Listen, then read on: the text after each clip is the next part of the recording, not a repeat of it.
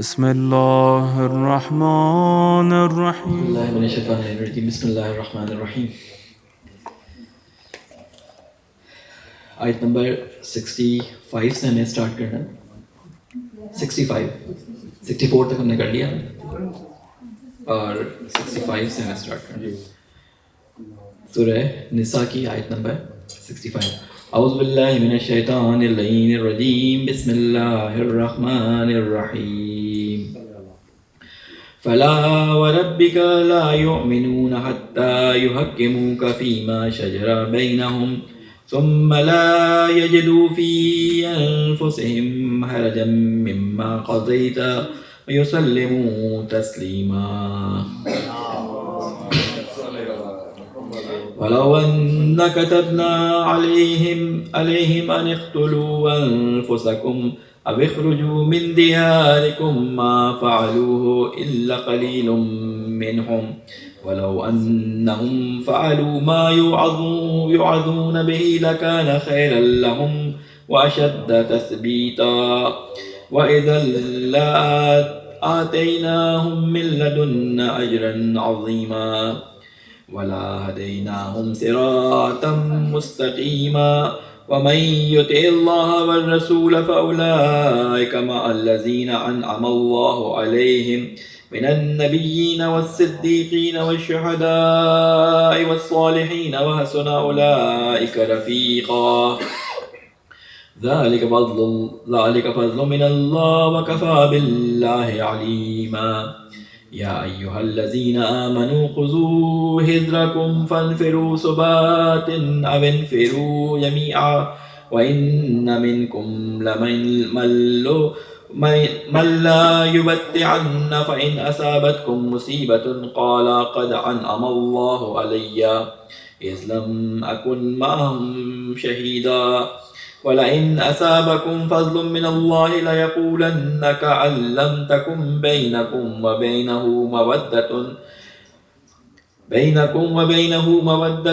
مودة يا ليتني كنت معهم فأفوز فوزا عظيما.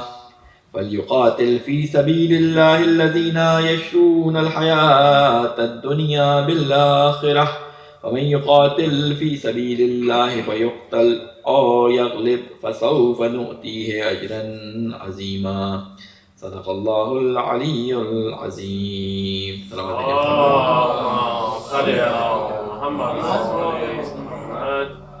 سورہ نساء کی آیت نمبر 64 تک ہم نے پڑھ لیا تھا اور آخری آیت جو ہم نے پڑھی تھی اس سے میں ربط دیتے ہوئے آپ کے سامنے بیان کروں کہ اس میں وہ لوگ جو گناہ کر بیٹھتے ہیں یا کسی بھی وجہ سے ان سے کوئی ایسی بات سرزد ہو جاتی ہے جو اللہ تعالیٰ کے احکامات کے اللہ تعالیٰ کی بات کے خلاف ہوتی ہے یا نفاق میں پڑ جاتے ہیں یا ان سے کوئی ایسا گناہ کبیرہ سرزد ہو جاتا ہے تو اللہ تعالیٰ ان کے بارے میں ایک حکم دے رہا ہے ان کی معافی کے بارے میں. ان میں سے کچھ لوگ وہ بھی تھے جو یہودیوں کے ساتھ مل کر مسلمانوں کے خلاف سازشیں کرتے تھے. تمام لوگوں کے لیے اللہ تعالیٰ یہاں پہ حکم دے رہا ہے. پچھلی آیات میں آپ پڑھ چکے ہیں کہ کہاں کہاں اللہ تعالیٰ نے ان کے بارے میں ان کی جیسے کہتے ہیں کہ چالاکیوں کو عیاں کر دیا ہے. ان کے بارے میں اللہ تعالیٰ سے یہ حکم دیا گیا تھا کہ اے رسول اگر یہ آپ کے پاس آئیں اس کے باوجود کہ انہوں نے یہ سارے گناہ کیے ہیں, اس کے باوجود کہ ان سے یہ خطائیں سرزد ہو گئی ہیں, یہ آپ کے پاس آئیں استغفار کریں اور آپ بھی ان کے لیے استغفار کریں اللہ کی بارگاہ میں تو اللہ ان کے قصوروں کو معاف کر دے گا. یہاں تک ہم نے پچھلے دفعہ تفصیل سے پڑھ لیا تھا. آج جو آیت شروع ہو رہی ہے یہ آیت بڑی امپورٹنٹ آیت ہے اور اس کے اندر بہت سارے ایسے اشکالات جو عموماً لوگوں کے ذہنوں میں آ جاتے ہیں اس کا اللہ تعالیٰ نے ایک طرح سے یوں کہہ لیں کہ بیج نکالنے کا ایک سامان پیدا کیا ہے. یعنی ان کے ذہنوں میں اگر یہ خناس یا یہ شک یا یہ وسوسہ رسول اکرم صلی اللہ علیہ وسلم کے بارے میں آتا ہے اس کو اللہ تعالیٰ نے یہیں پہ اس کی بیخکنی کر دی ہے. وہ کیا فرماتے ہیں؟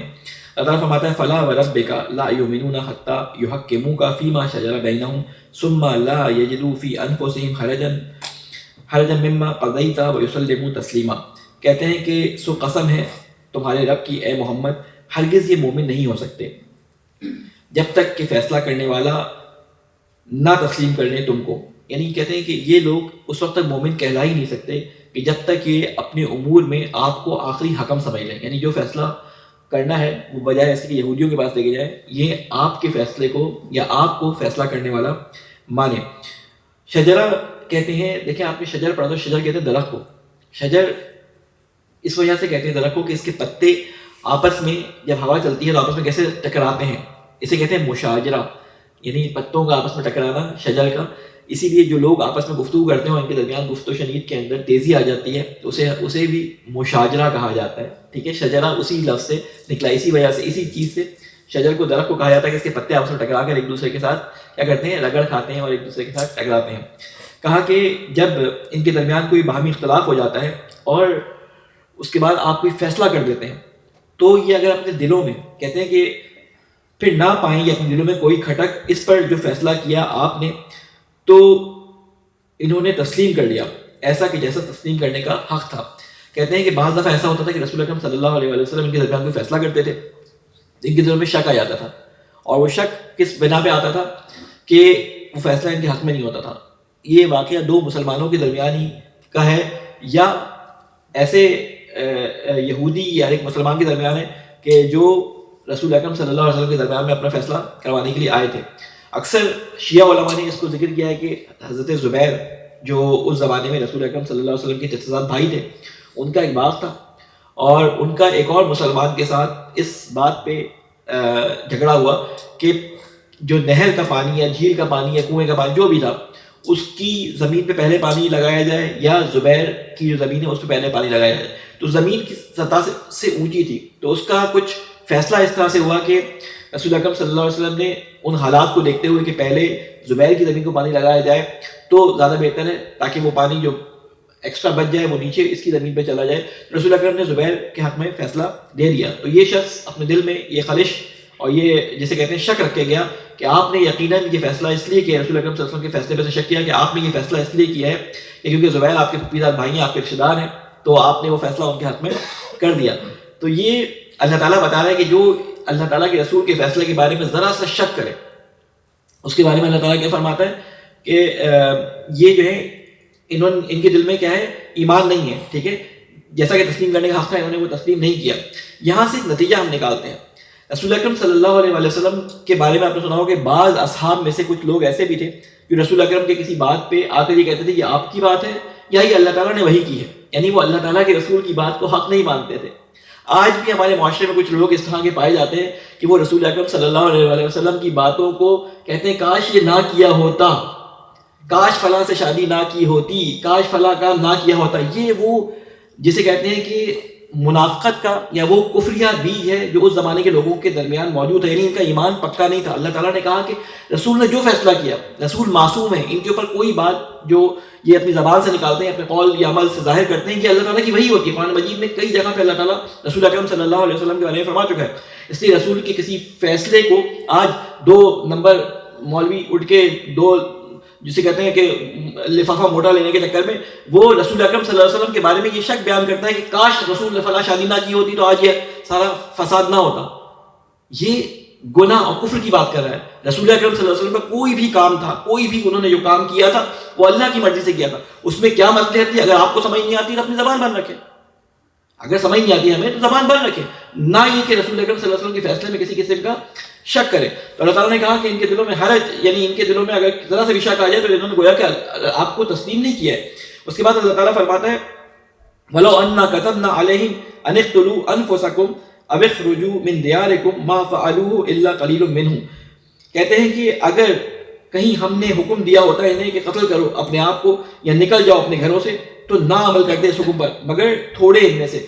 آپ کو یاد ہوگا کہ یہ بات کہاں یعنی جا کے جڑ رہی ہے، یہ بات پچھلی والی آیت سے ہی ہے، پچھلی والی آیت سے ہی یعنی جڑی ہوئی ہے. یعنی اس شخص نے اپنے دل میں شک کیا رسول اکرم صلی اللہ علیہ وسلم کے اس چھوٹے سے فیصلے کے بارے میں، اس چھوٹے سے فیصلے کے بارے میں اس نے شک کیا کہ رسول نے حکم صحیح دیا یا نہیں دیا، یا اس کے اندر کوئی جانبداری تھی یا جانبداری نہیں تھی. اللہ تعالیٰ نے مثال جو ہے وہ یہاں پہ نہیں دی، لیکن قرآن مجید میں دوسری جگہوں پہ ایسے ہی لوگوں کی یعنی ایسی ہی خصلت کی نشاندہی کی ہے. کہاں حضرت موسیٰ علیہ السلام کے بارے میں آپ کو یاد ہوگا کہ ان کو کتنے سخت حکم دیے جاتے تھے اللہ کی طرف سے. بنی اسرائیل کو حضرت موسیٰ کی زبان سے کتنے سخت حکم کہلوائے جاتے تھے. کہتے ہیں مسلمانوں پہ تو ابھی وہ سخت حکم آئے نہیں ہیں، ابھی تو انہوں نے صرف فیصلہ کے اوپر اپنی گردن جھکانے سے انکار کر دیا کہ رسول کے فیصلے کو نہیں مان رہے. اگر ان پہ وہ والا حکم آ جاتا کہ اگر یہ ایک دوسرے کو قتل کرنے کا حکم آتا کہ تو ان میں سے جو منافق ہیں اپنے ہی خاندان والے اپنے ہی خاندان والوں کو جو جن کے نفاق ان کے اوپر آیا ہو چکے قتل کرے، تو یہ تو مانتے ہی نا بات کو. کہتے ہیں ابھی تو رسول کی ابھی میٹھی میٹھی باتیں، ابھی چھوٹی چھوٹی سنتیں رسول کی ان کے سامنے آئی ہیں جن کی پیروی کریں ان کو حکم دیا گیا. اللہ تعالیٰ آگے قرآن مجید میں فرمائے گا کہ یا پیچھے پچھلی آیت میں فرما چکے ہیں کہ اللہ تعالیٰ نے اپنے کسی رسول کو نہیں بھیجا مگر یہ کہ اس کی اطاعت کی جائے. اور خصوصاً رسول اکرم صلی اللہ علیہ وسلم کے بارے میں تو آپ کی جسے کہتے ہیں قرآن کے اندر سخت ہو گیا ہے کہ یہ رسول اپنی مرضی سے کوئی کام نہیں کرتا بلکہ اللہ تعالیٰ کی مرضی سے سارے کام انجام دیتا ہے. تو کہتے ہیں کہ اگر ان کو وہ سخت حکم دے دیے جاتے کہ تم اپنے گھروں سے نکلو اور قتل کرو اپنے گھروں سے نکل کر، تو یہ عمل نہ کرتے، مگر ان میں سے بہت تھوڑے، یعنی ان میں سے بہت کم لوگ ہوتے اگر ان کو ایسا سخت حکم دیا جاتا تو وہ اس پہ عمل کرتے. ما فعلوه الا قليلا منهم ولو انهم فعلوا ما يوعظون به لكان خيرا لهم واشد تثبيتا. اور اگر یہ عمل کرتے اس حکم پر جس کی نصیحت کی جاتی ہے انہیں تو زیادہ ہوتا بہتر ان کے حق میں اور دین میں زیادہ ثابت قدمی کا ذریعہ ہوتا. کہتے ہیں کہ اگر یہ کام کر لیتے کہ رسول اکرم صلی اللہ علیہ وسلم کی باتوں کو مان لیتے تو یہ ان کے لیے زیادہ بہتر ہوتا. اس میں ایک سوال ہے محمد والے محمد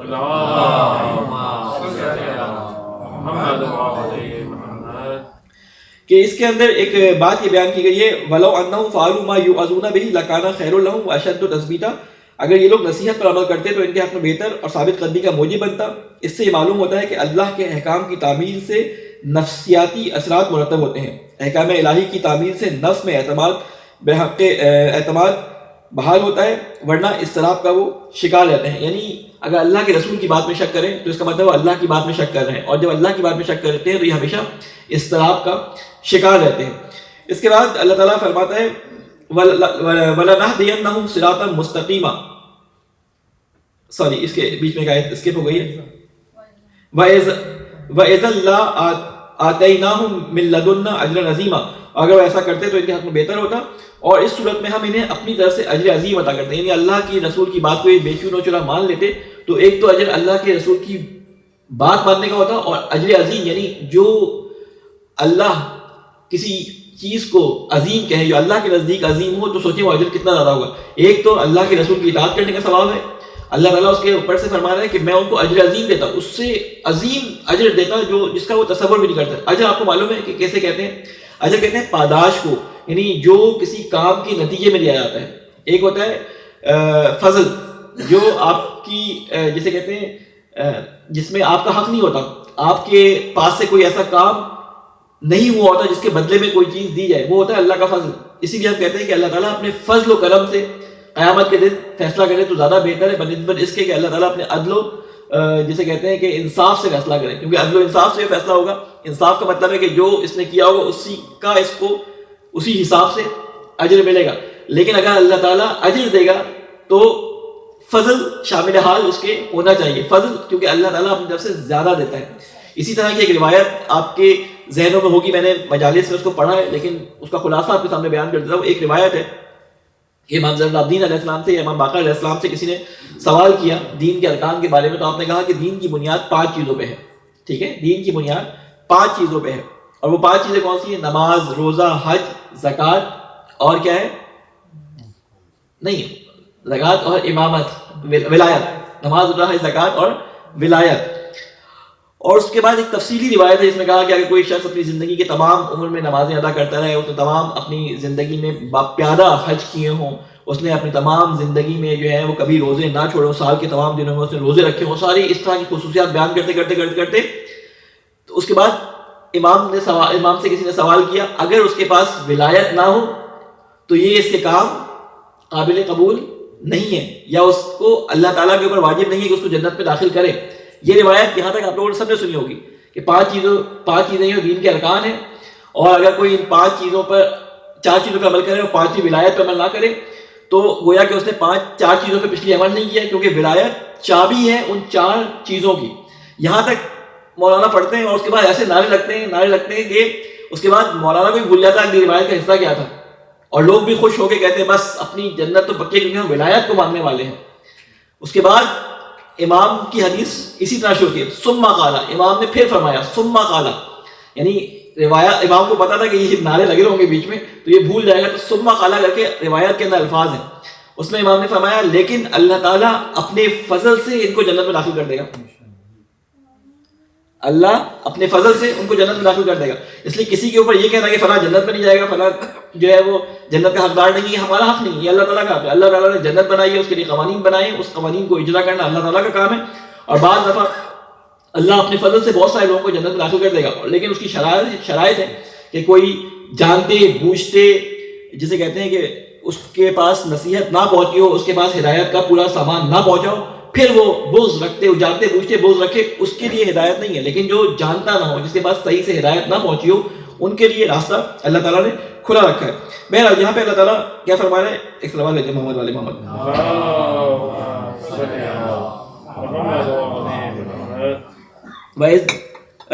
اور اس صورت میں ہم انہیں اپنی طرف سے اجر عظیم عطا کریں گے. وَلَنَهْدِيَنَّهُمْ صِرَاطًا مُسْتَقِيمًا، اور ہم انہیں سیدھے راستے کی رہنمائی کریں گے. 3 ثواب اللہ تعالیٰ نے یہاں ذکر کر دیے رسول کی اطاعت کرنے کے. یعنی جو رسول کی اطاعت میں اپنے دل میں شک پیدا نہ کرے تو سب سے پہلے تو اس کو ثابت قدم بنائیں گے. پہلا جو ثواب بنایا کہ وَيُثَبِّتَ وَأَشَدَّ تثبیتا، کہ ہم اس کو ثابت قدم بنا دیں گے. دوسرا ثواب اللہ تعالیٰ نے یہ بیان کیا کہ اجر عظیم دیں گے، بہت زیادہ اجر دیں گے. اور تیسرا ثواب اللہ تعالیٰ نے رسول کی اطاعت کا کیا بیان کیا کہ ہم ان کو ہدایت دیں گے سیدھے راستے کی طرف. یعنی 3 اجر رسول کی بات کو من و ان بغیر کسی شک و شبے کے ماننے کے 3 اجر اللہ تعالیٰ شاہد کرنا بیان کر رہے ہیں. ٹھیک ہے، ثبات قدم یعنی ثابت قدمی عطا کرے گا، اجر عظیم دے گا. اور تیسری بات کیا بیان کی؟ ابھی میں نے بیان کی. کیا بیان کی تیسری بات؟ سیدھے راستے کی طرف اللہ ہدایت کرے گا. ہدایت کے بارے میں آپ کو معلوم ہے، ہدایت ہدیے سے نکلا، ہدیہ اسی سے نکلا ہے، یعنی وہ تحفہ جس کی انسان کو اشد ضرورت ہو. عربوں کے بارے میں عرب ہدیہ اسے کہتے تھے جب وہ صحرا میں گم ہو جایا کرتے تھے، اور صحرا میں گم ہونے کے بعد ان کے لیے سب سے زیادہ جو چیز جس سکون کا باعث ہوتی تھی وہ کیا تھا؟ کوئی انہیں راستہ دکھا دے اس جگہ سے نکلنے کا. پانی اگر ان کو دے دیا جاتا وہ بھی تحفہ تھا ان کے لیے، لیکن ہدایت راستے کی جس سے وہ صحرا کو پار کرتے ہیں وہ ان کے لیے زیادہ بڑا تحفہ تھا، اس کو ہدیہ کہا کرتے تھے. تو اللہ تعالیٰ کہتا ہے کہ وہ ہدایت کرے گا، جس کی سب سے زیادہ ہمیں ضرورت ہے وہ اللہ تعالیٰ ہمیں کیا کرے گا؟ اس کی کس کی ہدایت کرے گا؟ جو سیدھا راستہ ہے. اسی لیے اللہ تعالیٰ نے سورہ حمد میں دن میں 10 دفعہ حکم دیا ہے کہ تم اپنی جیسے کہ دعاؤں میں سب سے امپورٹنٹ دعا جو واجب ہے انسان پہ مانگنی وہ یہی ہے، اہدنا الصراط المستقیم، ہمیں ہدایت دے سیدھے راستے کی طرف. تو یہ ہدایت سیدھے راستے کی طرف کہاں سے ملتی ہے جس کی ہم دعا مانگ رہے ہیں؟ اللہ تعالیٰ کے رسول کی اطاعت سے. دیکھیں یہاں پہ انہوں نے ایک مزداق اس کا بیان کر دیا. اس کے بعد اللہ تعالیٰ اگلی آیت میں بیان فرماتا ہے وَمَن يُطِعِ اللَّهَ وَالرَّسُولَ فَأُولَٰئِكَ مَعَ الَّذِينَ أَنْعَمَ اللَّهُ عَلَيْهِم مِّنَ النَّبِيِّينَ وَالصِّدِّيقِينَ وَالشُّهَدَاءِ وَالصَّالِحِينَ وَحَسُنَ أُولَٰئِكَ رَفِيقًا. یہاں پہ اللہ تعالیٰ فرماتے ہیں اور جو اللہ اور رسول کی اطاعت کرے گا وہ انبیاء، صدیقین، گواہوں اور صالحین کے ساتھ ہوگا. یہ نہیں کہا کہ وہ صدیق ہو جائے گا، وہ شہید کہلائے گا یا وہ انبیاء میں سے ہو جائے گا، نہیں، ان کے ساتھ ہوگا، ان کے ساتھ ہوگا. اللہ تعالیٰ کے رسول صلی اللہ علیہ وسلم کے بارے میں یہ مشہور ہے کہ ایک شخص رسول اکرم صلی اللہ علیہ وسلم کے پاس آیا اور اس نے کہا رسول اکرم صلی اللہ علیہ وسلم میں آپ سے اتنی زیادہ محبت کرتا ہوں کہ آپ سے جدائی برداشت نہیں کر سکتا. میں اپنے کاروبار میں بھی ہوتا ہوں تو میرا دل یہ چاہتا ہے کہ میں کاروبار چھوڑ کے آؤں اور آپ کی زیارت کر کے آپ کی مائیت میں بیٹھ جاؤں، آپ کی زیارت کروں. نماز کے بعد جب میں جاتا ہوں تو میرا دل گھر میں نہیں لگتا. خلاصہ اس کا یہ. تو اس موقع پر یہ آیت نازل ہوئی کہ یہ لوگ جو چاہتے ہیں رسول کی مائیت، جو رسول کی مائیت چاہتے ہیں اس دنیا کے اندر، یقیناً وہ آخرت میں بھی رسول کی مائیت چاہتے ہوں گے. سب سے بڑا انعام جنت کے اندر، سب سے بڑا درجہ جنتیوں کا وہ ہوگا کہ وہ مال ابرار ہوگا. ابرار جو ابرار ہوں گے اللہ تعالیٰ کے نزدیک، جو اللہ تعالیٰ کے نزدیک ہوں گے، جس میں انبیاء اور رسول اور اہل بیت علیہ السلام شامل ہیں، ان کے نزدیک ہوگا. اور یہی دعا ہم کرتے ہیں کہ ہمیں کہاں پہ؟ جوار ائمہ علیہ السلام میں جگہ عطا فرما، جواب انبیاء علیہ السلام میں جگہ عطا فرما. کیوں کہتے ہیں کہ جنت کے اندر یہ نعمتیں جو آپ کو اچھی لگ رہی ہیں وہ نعمتیں اپنی جگہ اچھی ہیں، یہ حوریں، یہ جنت کے باغات، یہ بہتی ہوئی نہریں، یہ ساری اچھی ہیں، لیکن سب سے بہترین مقام کون سا ہوگا کہ جہاں پہ ہمیں انبیاء علیہ السلام و ائمہ علیہ السلام کی مائیت، ان کا ساتھ ہمیں فراہم ہو. تو اللہ تعالیٰ فرما رہا ہے کہ کون لوگ ان کے ساتھ ہوں گے قیامت کے دن؟ کن کن کے ساتھ ہوں گے؟ اللہ تعالیٰ کے انبیاء کے ساتھ یہ لوگ ہوں گے جو اللہ کے رسول کی اطاعت کریں گے. ان میں کون کون ہوں گے جن کا ان کو ساتھ نصیب ہوگا؟ نبی ہوں گے، یعنی وہاں پہ نبیوں کے ساتھ یہ موجود ہوں گے، اللہ کے رسول کی اطاعت کرنے والا. یہ شہداء کے ساتھ وہاں پہ محشور ہوں گے، شہداء کے ساتھ ان کو رکھا جائے گا. یہ صالحین کے ساتھ ہوں گے، یہ جسے کہتے ہیں صدیقین کے ساتھ ہوں گے. اور یہ تمام لفظوں کی علماء نے تفسیر بیان کی ہے. نبی وہ ہوتا ہے کہ جو اللہ تعالیٰ کی طرف سے مبعوث کیا گیا ہو، یعنی اللہ نے اس کو اس زمین پہ اپنی ہدایت کا وسیلہ بنا کے جو ہے وہ بھیجا ہو. صدیق وہ ہوتا ہے جو اپنے نہ صرف قول سے سچا ہو بلکہ جو وہ سچ بات کر رہا ہے اس کو اپنے عمل سے ظاہر کر دے. تمام عمر وہ اسی سچ پہ قائم رہے. یہ نہ ہو کہ جب تک اس ہستی کے سامنے ہو وہ سچا ہو، اس ہستی سے جیسی دور ہٹے یا اس ہستی کے دنیا سے گزر جانے کے بعد اس کا صدق ختم ہو جائے. اس کو صدیق نہیں کہتے. صدیق اسے کہتے ہیں جو رسول کے سامنے بھی سچا ہو، جو رسول کے بعد بھی سچا ہو. ٹھیک ہے، اسے صدیق کہتے ہیں. آپ کو معلوم ہے کہ امیر المومنین علیہ السلام کا لقب صدیق تھا. صدیق اکبر امیر المومنین علیہ السلام کا لقب تھا. اور یہ کہاں پہ یہ لقب ہمیں ملتا ہے؟ امام سجاد علیہ السلام نے جو خطبہ دیا یزید کے دربار میں اور اپنے آپ کو پہچانوایا ہے کہ میں کس کا بیٹا ہوں، جب مولا امیر المومنین علیہ السلام کے اس کے بیان میں آئے، ان کو پہچانوانے کے بیان میں آئے، تو وہاں پہ آپ نے جو لقب امیر المومنین علیہ السلام کے بارے میں استعمال کیا وہ کیا استعمال کیا؟ صدیق اکبر. کہ سب سے بڑے صدیق جو تھے وہ علی ابن ابی طالب تھے. تو وہی لقب یہاں پہ استعمال کیا. تو سچے لوگ وہ ہوتے ہیں کہ جو اپنے قول کے اندر اور اپنے عمل کے اندر سچے ہوں. اس کے بعد لفظ صالحین. صالحین کون لوگ ہوتے ہیں؟ صالح نیک عمل کرنے والے کو کہتے ہیں، لیکن خالی نیک عمل کرنے والے کو صالح نہیں کہتے، بلکہ صالح اس نیک عمل کرنے والے کو کہتے ہیں کہ جو اپنے نیک عمل پہ باقی رہے، یعنی جس کا نیک عمل کنٹینیوس جاری رہے، اسے کہتے ہیں صالح. یعنی نیک عمل تو بہت سارے لوگ ہیں کسی جگہ پہ گئے ہیں اور وہاں پہ کسی جذبات میں آ کر ان سے کوئی نیکی سرزد ہو جائے، اسے صالح نہیں کہتے. کہ ایک دفعہ صدقہ دے دیا یا ایک دفعہ کسی کی مدد کر دی. بہت سارے لوگ ہیں، انہوں نے کہا کہ یہاں پہ تصویریں کھینچنی ہے، یہاں پہ تو نام آ جائے گا، تو وہاں پہ انہوں نے جو ہے وہ چیریٹی کر دی. ٹھیک ہے نا، اور اعلان ہونا ہے کہ ابھی میرے نام کا اعلان ہوگا، فلاں صاحب نے فنڈ ریزنگ کے اندر $10,000 دیے ہیں، تو ساتھ میں نام بھی آ گیا مرحومین کے ساتھ.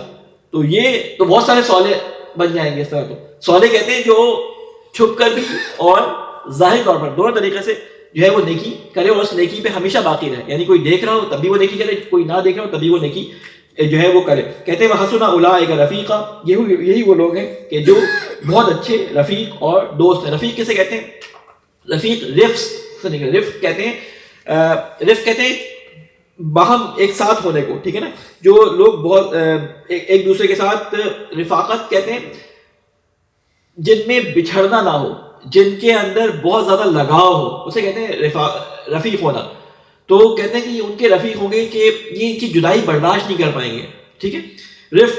اب اس کی تفصیل کا بھی وقت نہیں ہے کہ میں اس کو اور زیادہ بیان کروں. احادیث کے اندر اس کے بارے میں مختلف روایات آئی ہیں کہ یعنی اس آیت کے بارے میں کہ امام صادق علیہ السلام سے ایک روایت ہے، میں اس کو آپ کے سامنے بیان کر دیتا ہوں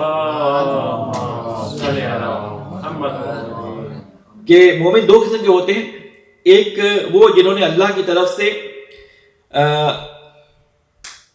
جو اللہ کی طرف سے عائد کردہ تمام شرائط پوری کریں. ایک مومن وہ ہوتے ہیں، یہ مومنین انبیاء، صدیقین، شہداء اور صالحین کے ساتھ ہوں گے جو بہترین رفیق ہیں. یہ مومن دوسروں کی شفاعت کریں گے، خود شفاعت کے محتاج نہ ہوں گے. انہیں دنیا اور آخرت دونوں میں کسی خوف و ہلاک سے دوچار ہونے کی نوبت نہیں آئے گی. دوسرے وہ مومن ہیں، یعنی مومن کی دوسری قسم وہ ہیں جن کے قدموں میں لغزش آئی ہوگی.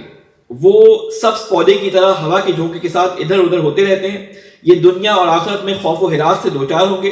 انہیں شفاعت نصیب ہوگی تو ان کی عاقبت بخیر ہوگی. یعنی مومن ایک وہ ہیں جن کو شفاعت کی ضرورت ہے، ایک مومن وہ ہیں جنہیں شفاعت کی ضرورت نہیں ہے. دونوں کے بارے میں اللہ تعالیٰ نے اللہ تعالیٰ کے امام صادق علیہ السلام نے دونوں کے بارے میں بیان فرما دیا کہ یہ صدیقین، شہداء، صالحین کے ساتھ ہوں گے. اس کے بعد اگلی آیت میں اللہ تعالیٰ بیان فرماتا ہے یا ایھا الذین آمنوا خذوا حذرکم فانفروا ثبات ام انفروا جمیعا. اے ایمان والو اپنے بچاؤ کا سامان اٹھا لو، پھر دستہ دستہ یا سب مل کر نکل پڑو. اس آیت کو بیان کرنے سے پہلے میں آپ کے سامنے ایک بیک گراؤنڈ بیان کر دوں. یہ تقریباً سورہ نساء کی جو آیات ہیں 4 ہجری کے اندر یہ تقریباً نازل ہو رہی ہیں. یہ آیات 4 ہجری چل رہی ہے اور کفار جو جسے کہتے ہیں کہ وہاں پہ موجود ہیں مکہ کے اندر، انہوں نے ان لوگوں پہ جو ہجرت کے وقت وہاں پہ رہ گئے بڑے ظلم و ستم ڈھائے ہوئے ہیں. 4 قسم کے لوگ موجود تھے اس وقت جب ہجرت کا حکم آیا، تو 4 قسم کے لوگ موجود تھے. یہ گروہ اگر آپ کے ذہن میں نہ ہو تو یہ آیات صحیح سے سمجھ واضح نہیں ہوں گی. ایک گروہ وہ تھا جو رسول اکرم صلی اللہ علیہ وسلم کے ساتھ تمام چیزیں چھوڑ چھاڑ کر بچ بچا کر رسول اکرم صلی اللہ علیہ وسلم کے ساتھ آ گئے. یہ وہ مسلمان تھے جو یہاں پہ مدینہ کے اندر موجود تھے. ایک مسلمان وہ تھے کہ جو یہاں پر آئے تو صحیح کسی بھی بہانے کی وجہ سے، لیکن کچھ عرصے تک رسول اللہ اکرم کے ساتھ رہے، لیکن کفار کی اور منافقین کی اور یہودیوں کی ریشہ دوانیوں کی وجہ سے وہ جب انہوں نے یہ دیکھا کہ رسول کی حکومت آنے کے بعد بھی کوئی زیادہ امارت ہمارے پاس نہیں آئی، تو یہ پلٹ کے دوبارہ گئے اور کفار کے ساتھ مل کر دوبارہ انہوں نے اسلام کو چھوڑ کے مرتد ہو گئے، وہ کافر ہو گئے. ایک وہ لوگ تھے جو مکہ کے اندر موجود تھے، ایک وہ لوگ تھے جو مکہ کے اندر بچ گئے تھے، نکل نہیں پائے تھے، غلام تھے لوگوں کے، مسلمان ہو گئے تھے، نکل نہیں پائے تھے. تو ایک گروہ یہ والا وہاں پہ موجود تھا، اور ایک گروہ وہ تھے کہ جو کسی اپنی ضعیفی کی وجہ سے یا اپنے کسی بھی مجبوری کی وجہ سے مکہ میں رہ گئے تھے، مکہ سے نکل نہیں پائے تھے. یہ گروہ بھی وہاں پہ موجود تھا.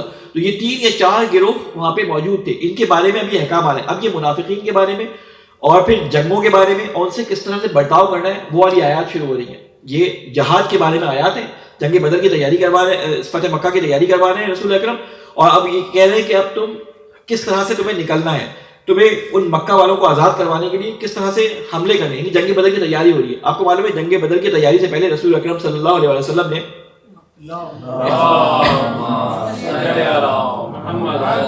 ایک اور سلوات بھیجا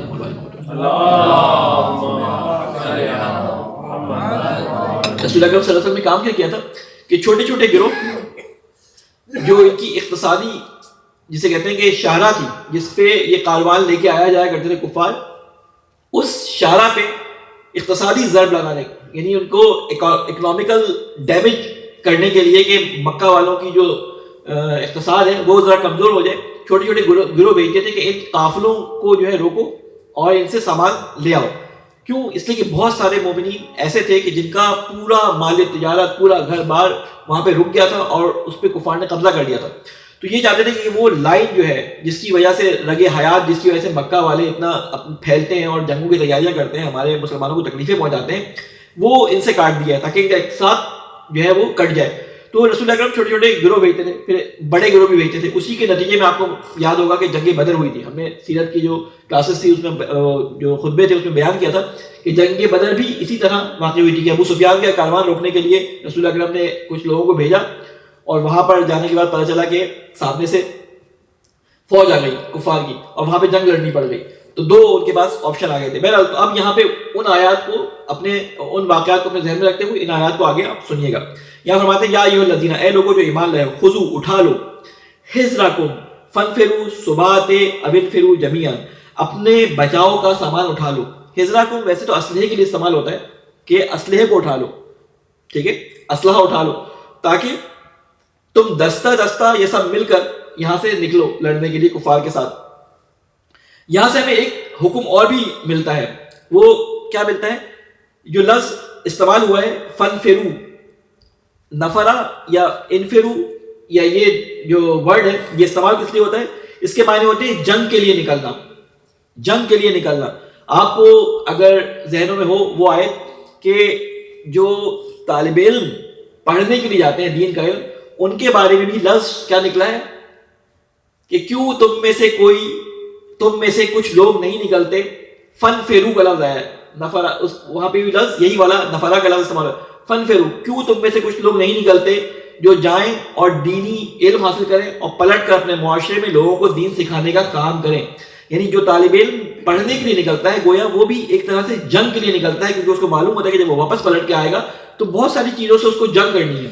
ایک جنگ اس کو اپنے خاندان والوں سے کرنی ہے کہ ان کے عقائد پہ اس کو جو ہے وہ ٹکرانا، ان کے عقائد سے ٹکرانا ہے. ایک جنگ اس کو اپنے معاشرے سے، اپنی سوسائٹی سے، ایک جنگ اپنے اطراف میں موجود جو غیر مسلمان ہیں ان سے لڑنی ہے، ایک جنگ اس سے لڑنی ہے جو غیر مذاہب ہے، اور اس کے علاوہ سب سے بڑی جنگ اپنے گھر والوں سے لڑنی ہے، کیونکہ اس کو سب سے بڑا جو پرابلم ہوگا جب وہ پڑھ کے اور یا پلٹ کے آئے گا تو سب سے بڑی پرابلم جو ہوگی اس کی اقتصادیات کی پرابلم ہوگی.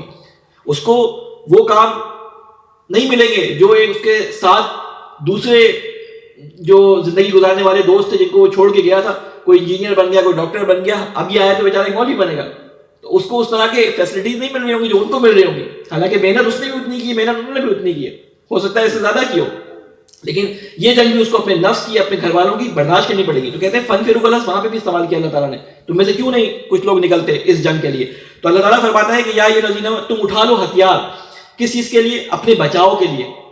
یہاں پر ہر زمانے میں یہ آیت صادر آتی ہے کہ جب بھی مشرکین اور منافقین اور مسلمانوں کے دشمن اطراف میں ہوں تو اس زمانے کے لحاظ سے وہ ہتھیار جو اپنے بچاؤ کے لیے ضروری ہو وہ ہر مسلمان کے اوپر واجب ہے کہ اس ہتھیار کو اٹھائے.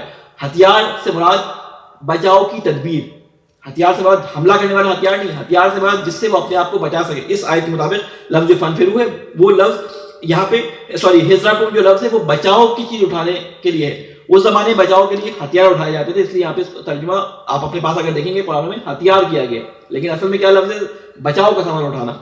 پھر اس کے بعد اللہ تعالیٰ یہاں پر اللہ تعالیٰ کے رسول کے بارے میں کچھ لوگوں کا ذکر کرتا ہے جن سے ان کا واسطہ پڑھنے والا ہے. ان کو مفسرین نے بہت تفصیل سے بیان کیا، لیکن ان کے نکات جو یہاں پہ بیان کیے گئے ان کو میں ان اشخاص کے جسے کہتے ہیں نقطہ وار بیان کر دیتا ہوں، کیونکہ اس میں زیادہ تھے، میں نے 5 کا انتخاب کیا ہے جو آپ کے سامنے بیان کر دوں.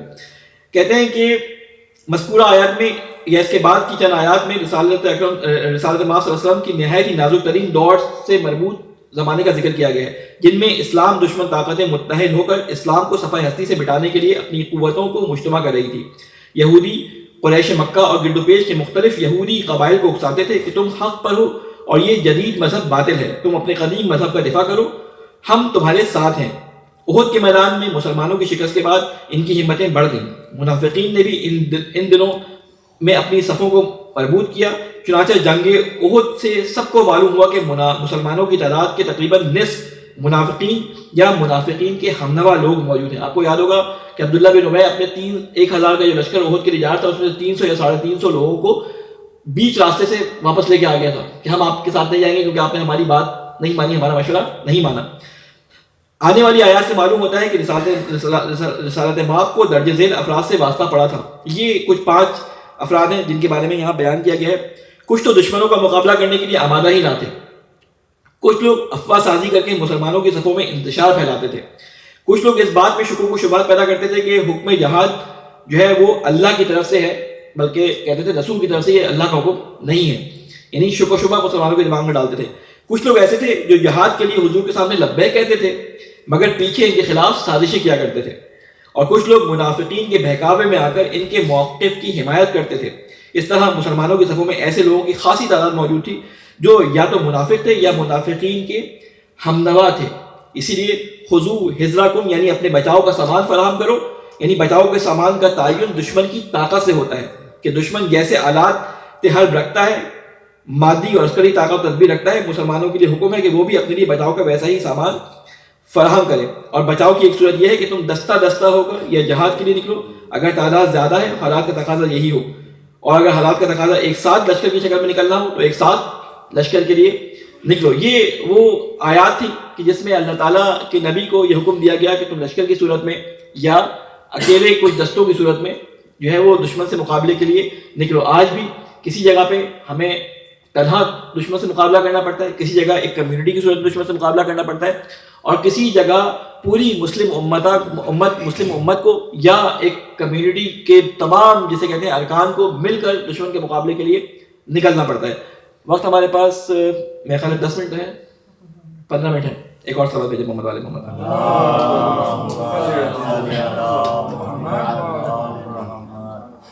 کیونکہ میں یہ چاہ رہا ہوں کہ یہ کچھ آیات اس طرح کی ہیں کہ تھوڑا سا خشک موضوع ہے جہاد کا اور ان تمام چیزوں کا، تو میں تیزی سے بغیر زیادہ تفصیل میں جائے ان کو ترجمے کے ساتھ بیان کر دوں مختصر سی توضیح کے ساتھ، تاکہ یہ سورہ نساء کی جو ایک دور اور ایک مطالعہ ہے وہ ہمارے ذہنوں میں اچھی طرح سے مرور ہو جائے گی. وَإِنَّا مِنْكُمْ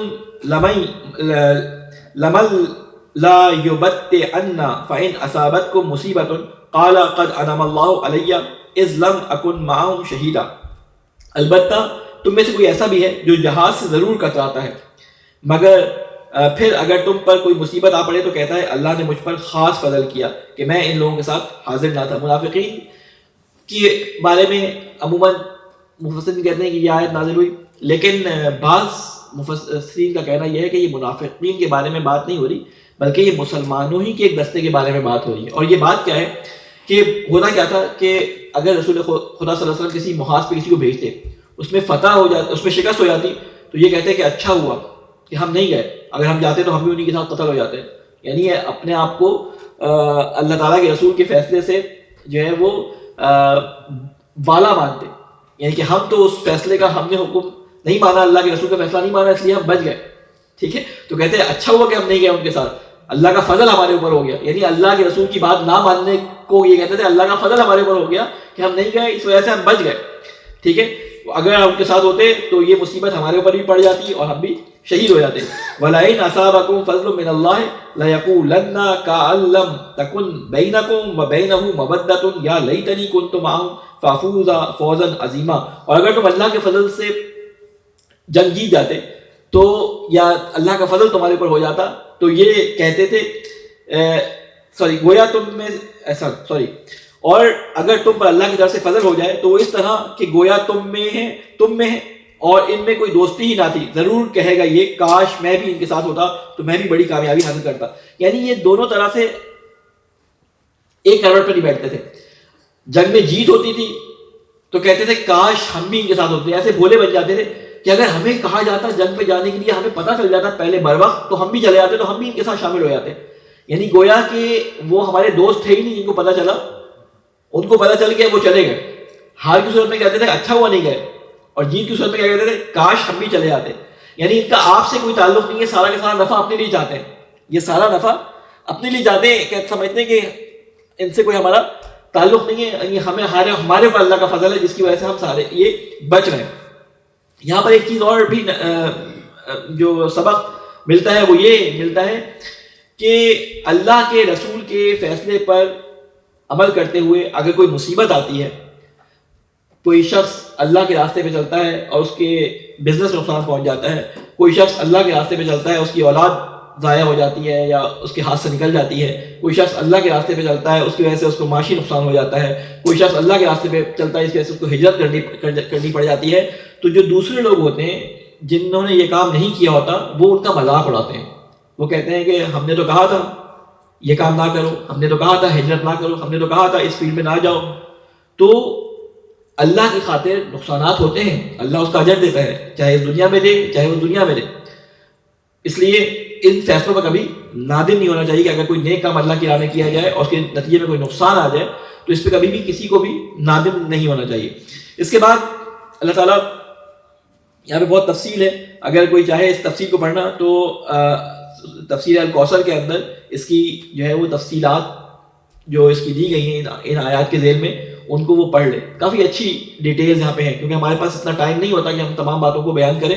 شیخ محسن نجفی کی جو تفسیر ہے الکوثر وہ اپلیکیشن کی صورت میں اینڈرائڈ کے لیے بھی اور اینڈرائڈ کے لیے بھی, آئی او ایس کے لیے تو موجود ہے, اینڈرائڈ کے لیے ہے یا نہیں ہے مجھے نہیں معلوم صحیح سے, لیکن آئی او ایس میں یہ تفسیر جو ہے وہ موجود ہے. اس کو ڈاؤن لوڈ کر لیں, اس کا ترجمہ بھی ہے اردو میں اور بڑی واضح اور شفاف آسان زبان میں لکھی ہوئی تفسیر بھی موجود ہے, تو وہاں پہ آپ ضرور وہاں پہ مراجعہ فرمائیں. اس کے بعد فرمائے فَلْيُقَاتِلْ فِي سَبِيلِ اللَّهِ الَّذِينَ يَشْتَرُونَ الْحَيَاةَ الدُّنْيَا بِالْآخِرَةِ وَمَنْ يُقَاتِلْ فِي سَبِيلِ اللَّهِ فَيُقْتَلْ أَوْ يَغْلِبْ فَسَوْفَ نُؤْتِيهِ أَجْرًا عَظِيمًا. اب ان لوگوں کو اللہ کی راہ میں لڑنا چاہیے جو اپنی دنیاوی زندگی کو آخرت کی زندگی کے بدلے فروغ کرتے ہیں, اور جو راہ خدا میں لڑتا ہے وہ مارا جائے یا غالب آئے, دونوں صورتوں میں ہم اسے عنقریب اجر عظیم دیں گے. اب یہاں پہ اسی جو پیچھے حکم دیا گیا ہے جہاد کا یا لڑنے کا, اسی بارے میں فرمایا ہے کہ وہ لوگ جو اللہ کے راستے میں لڑنا چاہتے ہیں یا ان کو لڑنا چاہیے اور اپنی دنیاوی اور اخروی زندگی کو دنیاوی زندگی کو اخروی زندگی کے بدلے وہ فروغ کر دیتے ہیں, جو اللہ کے راستے میں لڑتے ہیں اور راہ خدا میں جہاد کرتے ہیں, وہ زندہ ہیں تو غازی کہلاتے ہیں اور مر جائیں تو وہ شہید کہلاتے ہیں.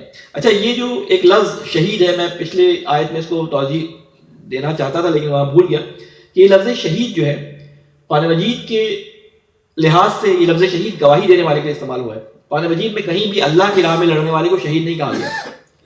ٹھیک ہے, وہ جو لفظ کہا گیا نا وہ یقاتلون فی سبیل اللہ ہے, ٹھیک ہے, ان کو جو ہے وہ مردہ نہ کہو, وہاں پہ لفظ شہید نہیں ہے. وہ یہ کہا کہ وہ اللہ کے نزدیک رزق کھاتے ہیں. یہ لفظ شہید بعد میں مسلمانوں میں جو اسلام کی راہ میں لڑے ان کے لیے بعد میں یہ لفظ شہید ہو سکتا ہے روایات میں آیا ہو, لیکن قرآن مجید میں لفظ شہید اللہ کی راہ میں مرنے والوں کے لیے استعمال نہیں ہوا, کیونکہ آج کل یہ لفظ شہید جو ہے وہ تمام مذاہب نے اور تمام ادیان نے استعمال کرنا شروع کر دیا. وہ سکھ بھی لڑنے آتا ہے اور اپنے مشن اور کاز کی خاطر مر جاتا ہے تو وہ کہتے ہیں وہ ہمارا شہید ہے. ہندو بھی جب اس کا کوئی مر جاتا ہے تو وہ کہتے ہیں شہید ہے. شہید کو شاید شہید اسی لیے کہتے ہیں کہ جو مسلمانوں میں ہوتا ہے کہ وہ اپنی جان کا سودا کر لیتا ہے اللہ کے حکم کے مقابل میں. یعنی اللہ نے حکم کر دیا، اس کے بدلے اس کی جان بھی جاری ہوتی ہے. وہ کہتا ہے میری جان قیمتی نہیں ہے، میں اللہ کی بات کی گواہی کے لیے اپنی جان قربان کرتا ہوں، اس لیے اسے شہید کہا جاتا ہے. اس کے بعد یہ لفظ شرع آیا. شرع آپ نے سنا ہوگا بے و شرع، بے بیچنا، شرع. یہ لفظ شرع بیچنے اور خریدنے دونوں معنی میں آتا ہے. بیچنے اور خریدنے دونوں معنی میں آتا ہے. یہ اللہ خریدتا بھی ہے اور بیچتا بھی ہے، انسان خریدتا بھی ہے اور بیچتا بھی ہے. دونوں کے لیے قرآن مجید میں یہ لفظ استعمال ہوا ہے. یعنی وہ لوگ جنہوں نے اپنے نفس کو اللہ کی رضا کے لیے بیچ دیا، وہاں بیچنے کے معنی میں آیا ہے. شرع کا لفظ بیچنے کے معنی میں آیا ہے. کہیں پہ خریدنے کے بارے میں، یہ خرید لیتے ہیں گناہوں کو، دوسروں کے گناہوں کو، وہاں پہ بھی لفظ اشترا استعمال ہوا ہے. تو یہ لفظ شرع دونوں معنی میں استعمال ہوتا ہے، یعنی خریدنے کے لیے بھی اور بیچنے کے لیے بھی. ایک نقطہ یہاں پہ یہ تھا. اور بس یہ آخری آیت سنا کر یہ بیان کر کے ہم اپنی بات کو ختم کرتے ہیں. وَمَا لَكُمْ لَا تُقَاتِلُونَ فِي سَبِيلِ اللَّهِ وَالْمُسْتَضْعِفِينَ مِنْ الرِّجَالِ وَالنِّسَاءِ وَالْوِلْدَانِ الَّذِينَ يَقُولُونَ رَبَّنَا أَخْرِجْنَا مِنْ هَٰذِهِ الْقَرْيَةِ الظَّالِمِ أَهْلُهَا وَاجْعَل لَّنَا مِن لَّدُنكَ وَلِيًّا وَاجْعَل لَّنَا مِن لَّدُنكَ نَصِيرًا. گو کہ یہ بہت تفصیل طلب آیت ہے، لیکن اس کو میں مختصراً آپ کے سامنے بیان کر دیتا ہوں. یہ انہی 4 گروہ کے بارے میں جو میں نے آپ کو ذکر کیا، انہی میں سے ایک گروہ کے بارے میں جن لوگوں کے اوپر مکہ کے اندر ظلم ہو رہے تھے.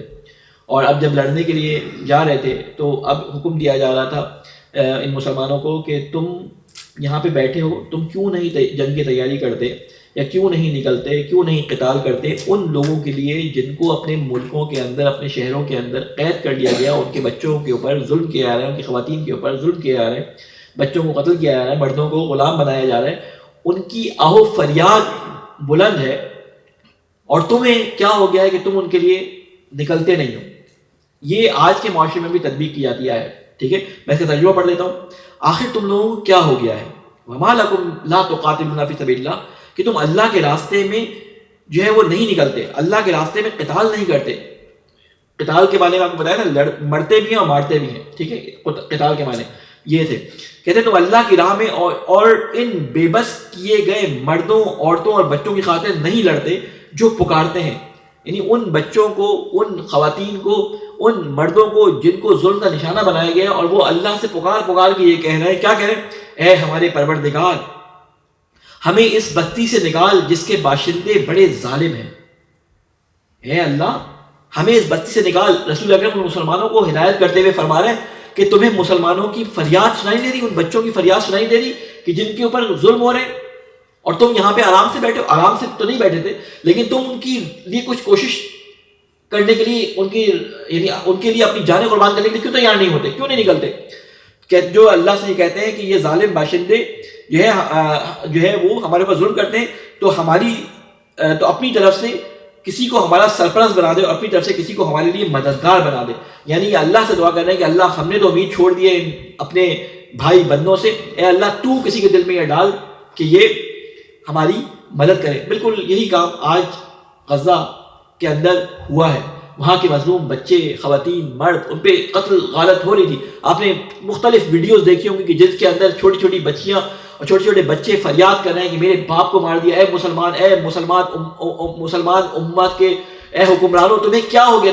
تمہیں کون سا صاف سوچ گیا ہے کہ تم ہماری موت کو، ہماری شہادتوں کو دیکھ رہے ہو، ہمارے اوپر گرتے ہوئے بموں کو دیکھ رہے ہو، اور تم ہی اپنے جسے کہتے ہیں فیول پمپس کے ذریعے ان کے جہازوں کو جو ہے وہ فیول فراہم کر رہے ہو، جو آتے ہو ہمارے پاس بمباری کر کے ہمیں قتل کر کے چلے جاتے ہیں.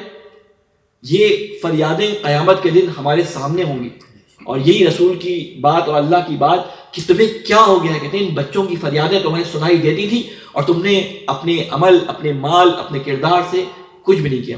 اللہ تعالیٰ سے یہ دعا ہے، اے اللہ تعالیٰ، یہ واسطہ ہے محمد علیہ محمد کا، قرآن کی جو یہ تعلیمات ہیں، ان تعلیمات کو ہمارے لیے آسان فرما، ان تعلیمات کو سمجھ کر اس پہ عمل کرنے کی ہم سب کو توفیق عطا فرما. اے اللہ، تجھے واسطہ ہے محمد علیہ محمد کا، قرآن کی نورانیت سے ہمارے دلوں کو منور فرما.